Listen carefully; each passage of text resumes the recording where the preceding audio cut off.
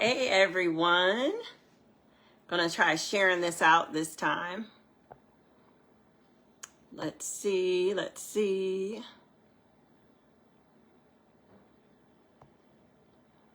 Give me a few minutes and we will get started.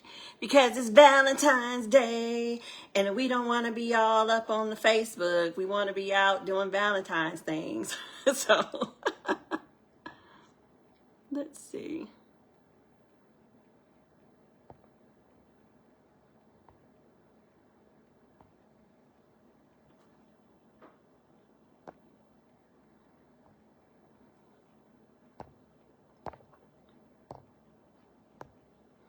Okay, well, we're just going to go ahead and get started. I think I've shared it out.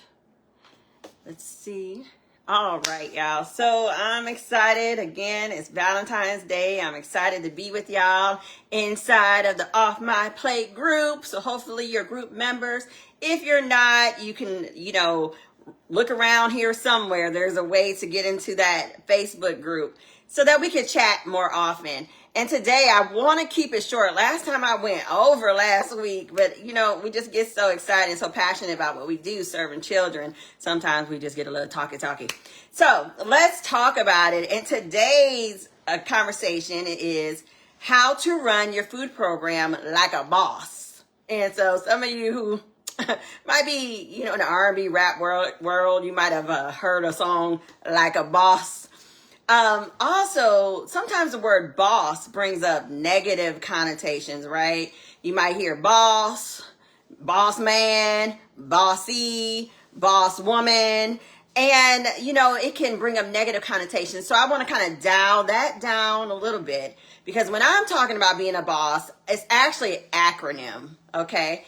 And so it's actually an acronym for building, optimizing, streamlining, and sustaining. So building, optimizing, streamlining, and sustaining. And so that's what we're going to talk about today here in our few minutes together. So again, I'm Alana Jones. I am the CEO of Off My Plate Food Program Consultants, where we are pursuing excellence in child nutrition. And so today we're talking about the CMP programs and the CMP program management. And this may be you may be a manager of a cafeteria where you have staff, where you have students that you serve, where you serve teachers and administrators. You might also be a child care director who participates in a CACFP program. So your hats are spread a little bit wider. You're monitoring your oops, just had the power on my light go out, but we're not gonna worry about that. But you're monitoring your education programs, your ECE programs, but you also have the food program that you're a director of. And you also might be a director of a K-12 program. That might be a charter school, a K-12 school, but no matter what area or realm you work in, you have the food program in your organization. So that's CACFP, LSP, and SBP, okay, the USEA food programs. And what we're talking about today is how do we operate these programs from our leadership levels? How do we operate them as a boss, okay? Today I'm going to introduce to some of you the Child Nutrition Program CEO Leadership Academy. And you're going to hear me mention that a couple of times because that is the program that we have to support you as you lead your teams. But let's jump into this today. Today, I want to show you how to optimize your food program, delegate tasks, and lead with confidence. And we're going to use our 5-pillar system, which we've been talking about for a couple of weeks, to do this, okay? So let's jump into it. What does it mean to run your food program like a boss, okay? Like a boss, like a CEO, okay? Boss, again, means build. And so today we're going to talk about building a strong team and systems, right? Because we're not doing this alone. We need teams, we need systems to really get things done in a compliant, efficient manner in our organizations. Then optimize. What does the word optimize mean? So we want to optimize all the resources that we currently have available to us, all of the tools that we have available to us as well. Then S, streamlining our task, delegating those tasks. That's what's going to ensure that we are really operating our programs at top-notch high speed, okay? And sustaining.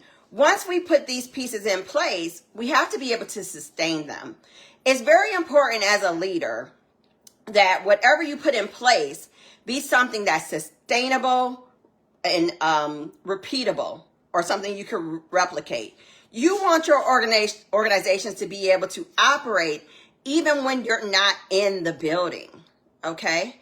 When you are off, let's just talk about being off. Today being Valentine's Day, wouldn't it be nice to be off, right? But some of us can't even take an off day because we have so much going on in our organizations, and we haven't put all the pieces in place to make sure that they streamline, and that they operate without us, okay? So let's talk about it. What does it mean to run your food program like a boss? Building, optimizing, streamlining, and sustaining.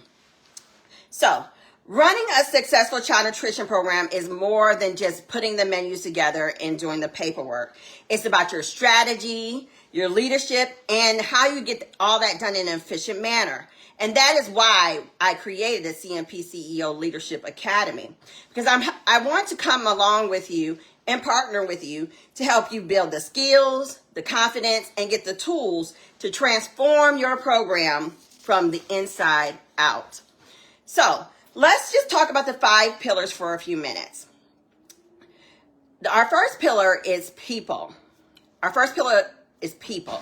We're not going to get any of our programs accomplished if we do it on our own. Let me say it again.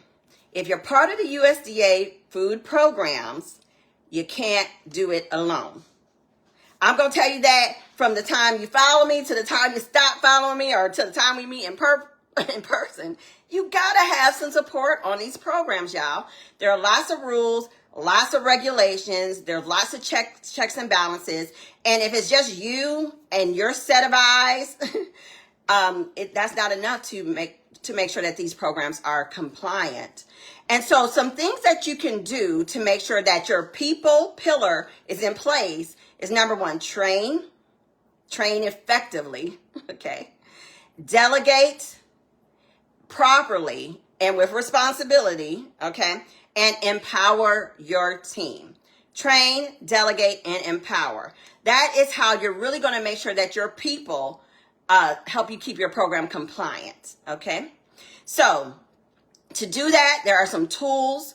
You may want to get some staff training tools and put some templates together.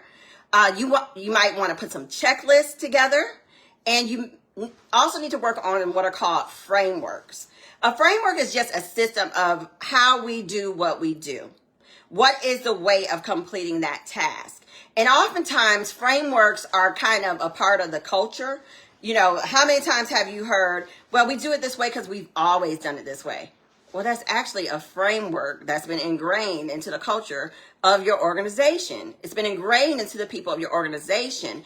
But to really make sure that your people pillar is strong, you have to write that down, okay? You have to get a strategy of how your people are going to operate in your organization to accomplish the different goals of the food program. And other programs, by the way, other tasks, by the way. If you get that pillar in check, you'll really be able to run your program like a boss. So we start with the people. Another thing about the people is really making sure that we have the right people in the right seat. That is a famous book. It's called Traction by, I want to say, can't remember I think it's Nick Gino. I might have his name wrong. But in the book Traction, when they're talking about vision and leadership, they talk about people. And they talk about having the right person in the right seat. Sometimes we have people in our organization who are not trainable, who don't care about compliance, who even after we have done our best to empower them, they're just not the right person for the task. And as a good leader, you kind of got to look around at your staff and see who fits where.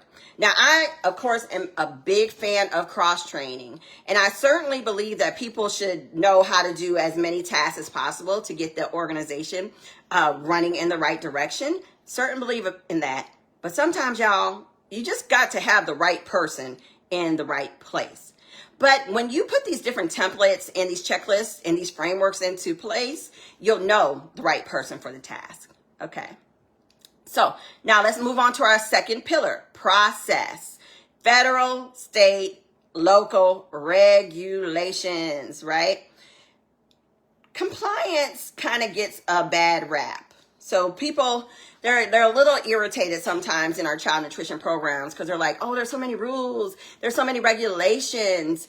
Yeah, that's what you signed up for. I know, like, especially maybe if you came into the school system, you're like, oh, I'm just going to go cook for some kids.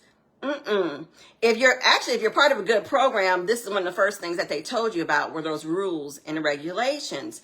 And those rules and regulations aren't just there for no reason. They are providing a system of how the program operates. And they're keeping us safe. They're keeping those that we serve safe. They're making sure that we are being fiscally responsible, because when you sign up for these programs, this is government money, y'all. This ain't your money. This is not your money. All right. This is government money. So to be a responsible person in this program, you got to follow the processes. Okay. Now, I will say at the federal, state, and local level, sometimes those processes are very general. Okay. But that's why you, as a good boss, as a good leader, have to bring that back into your organization and streamline it for the way that you all operate. And that does take some investment. Okay. So you might come up with some trackers like meal counting and claiming. Meal counting and claiming is a process, and it's a process all the way up from the USDA down to your organization. It is a process, and you have to make sure that you are tracking those meals compliantly. And so as the leader or the boss in your organization, how do you accomplish that? Well, there are a couple tools out there. Number one, your State Department is usually going to provide you with some type of pen and paper option. There's also technology that tracks this information. But whichever method you go with, you have to have that process in place, and it has to be compliant. And going back to that people component, you got to make sure that your people are trained on it. Okay. So just as a note, inside of our academy, we have what are called audit prep guides, as well as trackers and checklists to help you with your trackers, to make sure that you are following processes, number one, and number two, that you have a system that undergirds your processes and keeps you compliant. Okay. So let's talk about pillar 3, participation. Participation. I'll say this, I'll be saying this forever and ever. It is not nutrition if the kids don't eat it. We even know this at our own houses, right? If you cook a meal and nobody eats, is it really nutritious? You know, are they really getting the nutrients that we say that we are providing through the food programs if no one eats it? All right. So participation is a big part of our programs. If you're in the school system, it's a huge part of your programs, because if you don't have any participation, you don't have a good reimbursement. If you don't have a good reimbursement, you can't buy great food, and you also can't hire people. Okay. Now, for ourselves who might be in childcare or other organizations, participation is not like the end all be all. But if I'm just going to put on my childcare hat, I want to make sure that I'm serving the food that the kids like. Okay? Because hungry kids cannot learn. Y'all know how it is when the kids coming up in the morning and they all grumpy. You know, feed that baby, right? But feed that baby the foods that they like, okay? And healthy food can be tasty. Healthy food is nutritious, but it also can be something that the children like. We are on the preventative side of health, y'all. When we are providing healthy meals, we are educating these little people on and giving them skill sets to make better decisions as adults, okay? Better decisions as their health. How many of y'all on this video, on this call, have health issues that are food related? Yeah, a good majority of us, and I'm pointing to myself too, you know, we have to teach our babies how to eat healthier, okay? And we have to serve them the types of food that they're used to, okay? And that they're familiar with and that they could choose again, all right? And that is what increases participation in the program. I love kids who come through the lunch line and they're like, yeah, it's pizza day, you know. And for me, I know that's a whole grain pizza with low sodium tomato sauce, with low fat cheese, but they're excited about it, okay? And so we want to talk about participation. One of the ways to ensure participation is to make sure that we are serving foods that the children love, okay? From a responsibility as a leader in child nutrition, you want to do that by planning your menus effectively, okay? So planning menus that not just meet your budget goals, but meet the goals of those that you're serving, meaning the foods that the kids like to eat. Okay, so that's just, we'll talk about that more in the academy and break that down. I have some templates for you for menus. There's some nutrition education tools that you can provide in your centers. You could provide them in your cafeterias. Okay, there's lots of tools out there that we could be using to. Everybody's calling me. My phone is like going off. So if it keeps, you know, interrupted, I'm sorry, y'all. I'm live and people want to talk to me on Valentine's Day for some reason, okay? All right. So number four, procurement. Procurement is really a big word for the finances of the program. So this could be financial management. This could be budgeting. I, over the years, have certainly made some mistakes financially when it came to my CNP programs. And a lot of that is a result of poor planning, okay?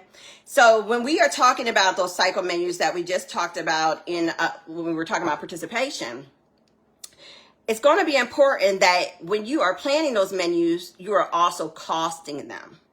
Now, in our current environment, it may seem like, okay, groceries, well, it doesn't even seem like it. This is the truth. Groceries are expensive, okay? But that is also another reason why we got to do that pre-planning and that pre-costing, because we know groceries are expensive. Costs are going up. Sometimes our reimbursements are slower than we want them to be. So groceries, okay? But if we have a system and a plan in place for purchasing where we gotten general prices for those menus, we plan a cycle menu, and anybody who works with me know I love a good cycle menu. But that's one of the reasons why we plan a cycle menu, so we can keep those costs level, okay? That doesn't mean like something like today, like we couldn't have a special meal. Absolutely, we're going to have a special meal on Valentine's Day, right? That's a part of the participation pillar. We got to have food that kids love, right?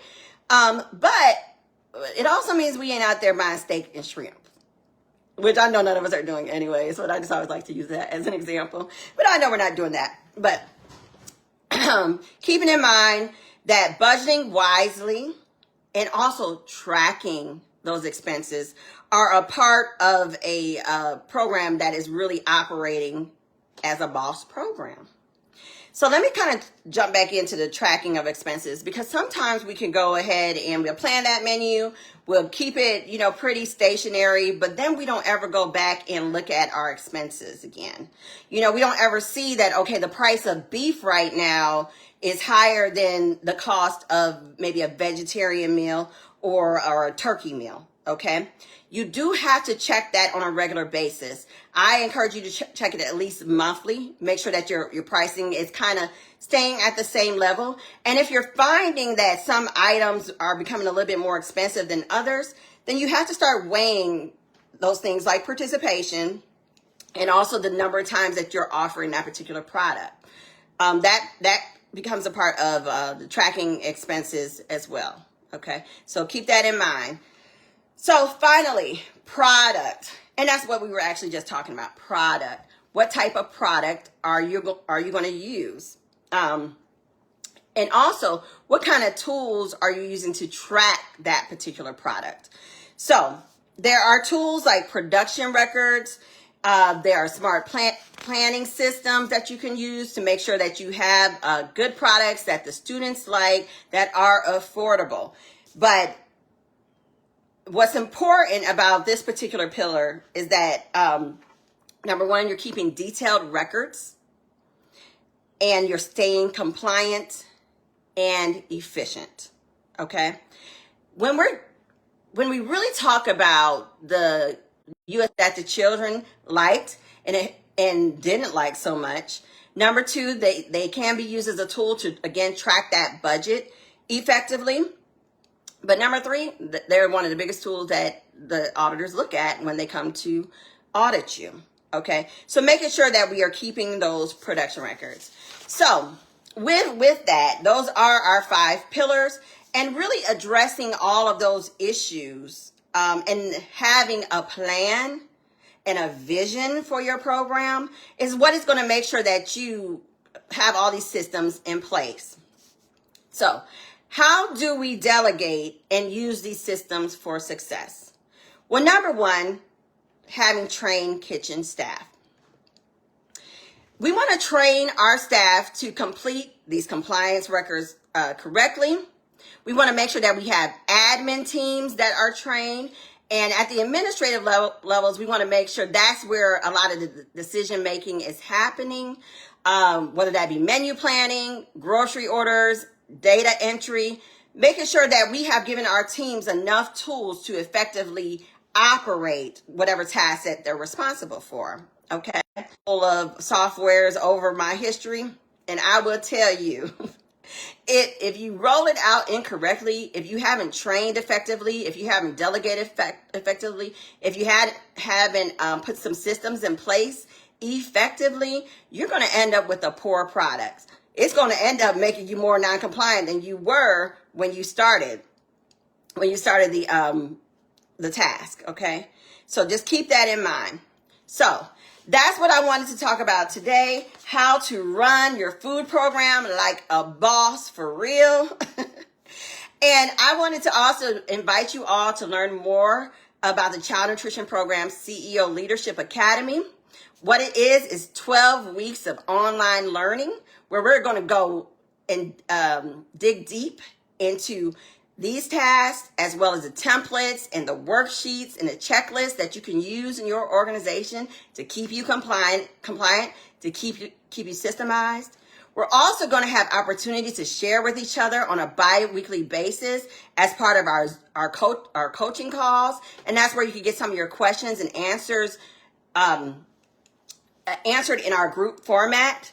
And you're going to be in a group with people who have like minds, people who do what you do, who serve where you serve.